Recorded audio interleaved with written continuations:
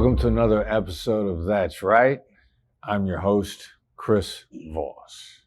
Today we have Nico Pesci, the founder and CEO of Momentum Wealth. Nico. Pleasure. Thanks for being here. Thanks for having me. Yeah. All right, so is it a ridiculous idea if you share with our viewers a little bit about your business and your journey? Yeah. So I got started about 15 years ago. Opened up the firm on my own when I was 25 and did it after my parents went through some tough stuff financially. The '08 crisis, I'm sure you remember that one like everyone else does. Add on top of that a Ponzi scheme. And that was the catalyst for me deciding to start the firm. And 15 years later, we're still going and having a lot of fun doing it. All right, cool. Well, so what are some common challenges that your clients face? So all of our clients are over 50.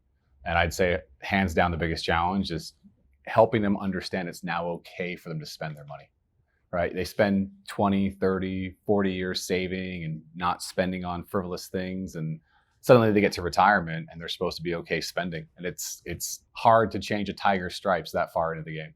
Right, yeah, of course. All right, so, well, what strategies do you use to understand your clients' needs better?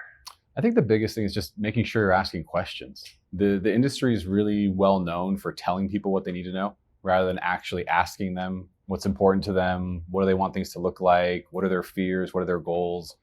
If you ask the right questions and just kind of shut up and listen, I found that usually seems to uncover a lot of good stuff. Yeah, crazy. Weird, right? Works, right? Yeah. Weird.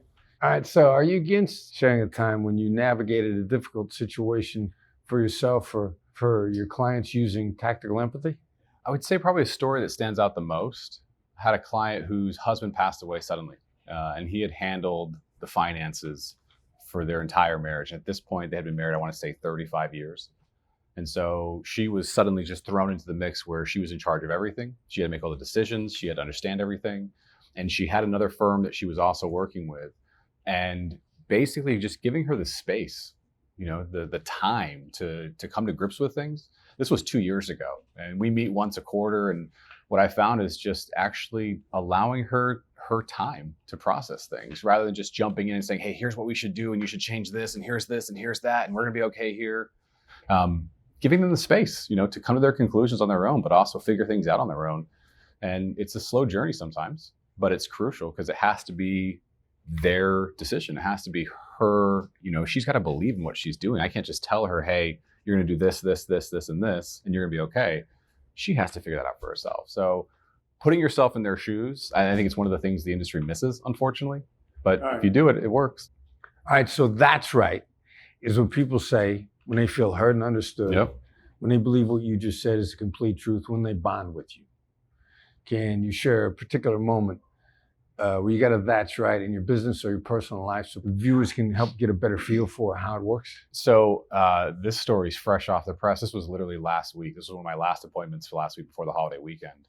Had a husband and wife come in. The husband was convinced they're going to retire in 2 years. The wife was adamant when we started. She said, I'm not retiring for 7 years, no matter what. And I asked her, I said, is it okay if I just share some ideas and you can decide what you want to do with them? Long story short, by the end of the conversation, she wants to retire January 1st of next year.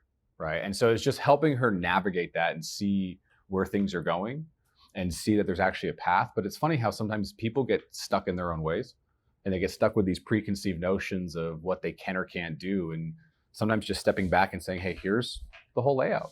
You decide what you want to do. But she came, like I said before, she came to her own conclusion and she walked out just excited to actually get to retirement January 1 of 2025. And that was about 7 years earlier than she expected. And seeing that she can do it, you know, the kind of held her head up high, chin was up high, and it's just helping them get to that conclusion on their own. All right, so if people want to learn more about you or how they could work with you, how do you want them to get in touch with you? Our website's probably the best way to go. It's www.retiremomentum.com. We're on Instagram, we're on LinkedIn, social medias, but definitely website's the best way to go. All right. Well, Nico Pesci. Pleasure. Thanks for being here today. I know it. everybody got a lot out of what you had to say. Thank you. I appreciate it.